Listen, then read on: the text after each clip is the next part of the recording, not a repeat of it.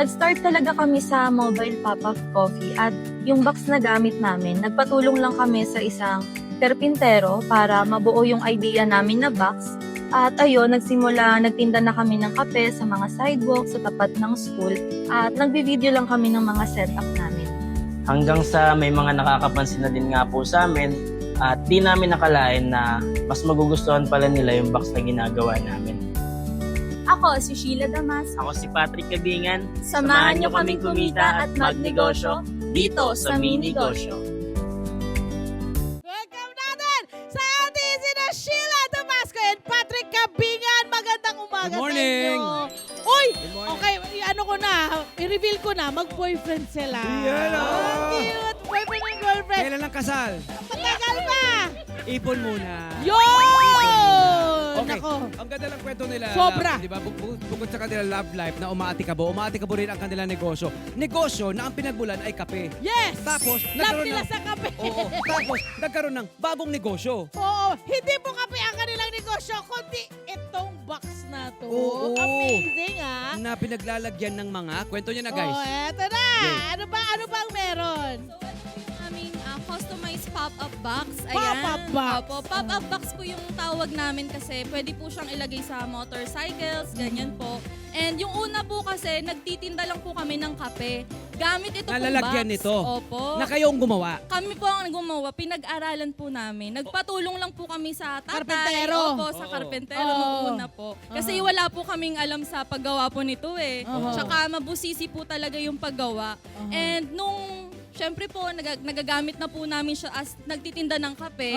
Hindi po yung kape namin ang napansin. Ano ang napansin? Eto pong box namin.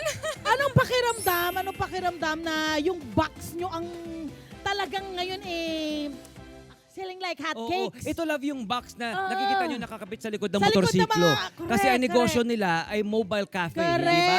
Correct, correct. Lalagyan ng mga kape. Oh, kung ano yung naging reaction mo? Ay, yung kape natin di napansin pero yung box napansin. Anong naisip Ano po, mo agad? sobrang masaya po kami kasi hindi lang po yung pagkakape namin yung Napansin. napansin nila. Oo. And na-appreciate din po nila yung gawa namin na box. Oo. That's why, ano po, naging patok po talaga siya sa masa Pero wala ngayon. kayong background pareho ng pagka-carpentry, Wala ng po. crafts, Wala po something. talaga. Wala Kaya po pala talaga. Oo. nagtanong kayo sa mga mahuhusay Yes na po. gumawa. Actually mga po yung karpentero. box po namin, pinagawa lang po namin yun sa carpentero lang Sa din tatay. talaga. Ano Sa pangalan? tatay. Ano pangalan ng una yung carpentero? Si tatay ano? Basta po si tatay. Basta po si tatay. Anyways, Nakalimutan. ilan agad ang nagpagawa sa inyo ng box, pop-up box na ito? Nung una po naming mga buwan, nagbi-video-video pa lang po kami Okay. using our setup. Then, mga July po yon, may kauna-unahan po kaming nag-message sa amin from Siargao po. Wow! Yes po, sila po yung unang nagtiwala sa amin. Oo. Okay, yung nag-message sa inyo ay nagpagawa ng kahon para sa anong negosyo?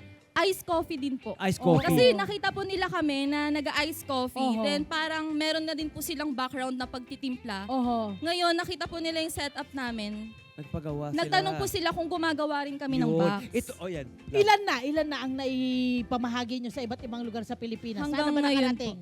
Nag-ship po kami Luzon, Visayas, and Mindanao. Taray! Ilan na mga Mga napaship ilan? nyo? Nakailan na kayo Hanggang gamit? ngayon po, parang 1,000 bucks na po. Wow! Husay. 1,000! So sabi ng 1,000, kaching, kaching, Oo, kaching. kaching. So magkano ang minimum, Puhunan.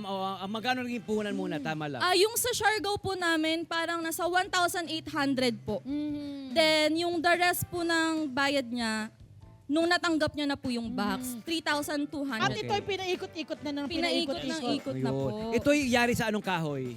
Ito po ay, anong kahoy natin? Ano po siya, solid wooden pallet, mix po siya ng pine wood. Kaya Mix ng pine wood. Apo, matibay po siya. Okay, Saan nyo okay. nabibili itong ano na to, mga pine wood na ito? Sa mga supplier din po ng mga kahoy. Meron din dito sa Ayun. Pilipinas, Meron local din po lang. dito sa Pilipinas. Okay, very Alam good. nyo, try nyo rin yung upcycling. Pag may nakita kayong isabay nyo rin i-repurpose yun nyo para na. yung i-repurpose natin, Oo. yung ibang mga kahoy natin. Kasi kawawa rin Tama naman yung po. mga Puno. hindi na mapakinabangan na kahoy. Isang Yes. ano At lang yung yun, mga isang puno. style lang yun. May mga Oo. gusto kasi na parang vintage ang Ang ano, datingan. diba? Ang dating, diba? Okay. Okay, My friend. my friend, magkano ang mga bentahan nito sa mga yung pinaka-basic hanggang sa pinaka-customized? Yes. Ito po yung pinaka-standard namin, which is ang tawag namin ay plain wooden box po. Ayan. Ito po ay nagkakos ng 2,800. Aha. Tapos pwede rin po silang magpalagay ng kulay, magpapintura. Ayan, may black po kami, varnish, ganyan. Yun naman po ay 3,500. Ayan, eto na, mula sa Quezon City, Ladies meron and tayong gentlemen. napapunta rito. Hi, Charles! Mula sa Quezon City, good morning, si Charles. Kumusta ka? Okay lang po. Ganda, okay. Dito, hali kayo rito, bebe. Hali kayo rito. So, ito yung binili Eto. ni Charles. Kailan binili ni Charles to? Ma'am. March po, sir, no? Tama po. March po, ngayong 2026. Oo, March. Charles, gusto naming malaman mula sa'yo kung ano yung naging parang deciding point mo na, uy, gusto ko yun ha, kailangan kong gamitin. Ano ba, nagbarista ka ba muna? Ito ba muna naisip? Ano bang nauna? Bali, dati po akong barista po. Oh, yun. Tapos Tapos, itong box naman po, ma'am, nakita ko lang po sa video nila. oo, pwede ba natin buksan na yung box mo habang kinikwento mo sa amin? Sige. Portable Ayan. to. Titignan yung ganito ang kahon na ito, pero Oo. maraming pwedeng ilagay dito sa loob ng kahon na Oo, ito. correct. Uy, wow, So, may itong- paganyan. Ito mobile cafe mo, Charles. Anong tawag ayan. dyan, Charles? Lamesa po para May mesa, may pato. tayo yung ano. Yun, nakita mo, ang bilis, no? Para may tulay. Oh. Wow! So, sa isang araw, pumunta ka sa isang lugar, mag-set up ka, ganito ang ginagawa mo. Yes. Galing. Nandun ang lahat sa loob, oh. Ayun oh, kompleto. Ang dami palang nakalagay dyan, bebe. Yes Oo. po, may yellow pa po Oo, yan. oo. So yung kulay, halimbawa, yung pagpintura, ano yan? Sila na ba or kayo rin ay nagpipintura? Meron po kaming sa amin na agad and Galing, merong no? customer na nagpapapintura ng sarili naman po nila. Wow, tingnan mo yung setup na yan, oh. Gano'ng katagal na to, Charles, itong yung biniling pop-up box na to? Bali, 3 weeks pa lang po. Kumusta? Ano ba ang napansin mo dito sa paggamit mo nitong pop-up? Matibay naman po siya, ma'am. Yun, oo. Tapos ito, pwede ba itong buksan? Yung, Pwede yung natin- ginawa ako niya, na bahala kinulayan dito, niya. ako No? na bahala Kinulayan dito. niya. Kulay. Ay, kaya lang Oo. kasi kailangan, baka mawala. Ayan, Kinulayan ganda. niya. Lahat pala ng area, pwedeng buksan ito, Yes friend. po. Kaya parang ang daming pwedeng lumapit. Ayan, lumapit kayo. Yun, oh! Dito, pwede kayo magkape dito, eh. Parang magiging ano rin mesa din ng customer, Yes po, di ba? tama. Ang Ang husay nito, ang husay. Multi-purpose, ang daming use, no? Ang daming silbi. Galing. Pati nga ito titulo ng lupa ni Charles nandito Dito lang nakalagay na ba dyan? Oo, Sana ayan, ma-share. Ayan, oh. Sana ma-share. Oh, pwede bang malaman mula sa iyo, Charles, ano yung parang experience mo dito sa pag-iikot mo sa Quezon City? Dito, gamit yung pop-up box mo. Ano ba? Convenient, naging convenient ba siya for you? Mas na-attract ba ang mga kliyente dahil sa mga ito? Yun nga po, ma'am, mas na-attract yung mga customer kasi nga, bago sa paningin po nila kami. Lalo na yung mga estudyante po, kasi student po yung mga target market ko po talaga. Ikaw din, kumusta ang kitaan ngayon? Kasi nakakaikot ka na. Hindi na kailangan yung malalaking Ano kiosk. pangalan no, ng friend? negosyo mo, bro? Bali, ang name po ng business ko po ay Kopia po. Kopia. Iyo. Kopia!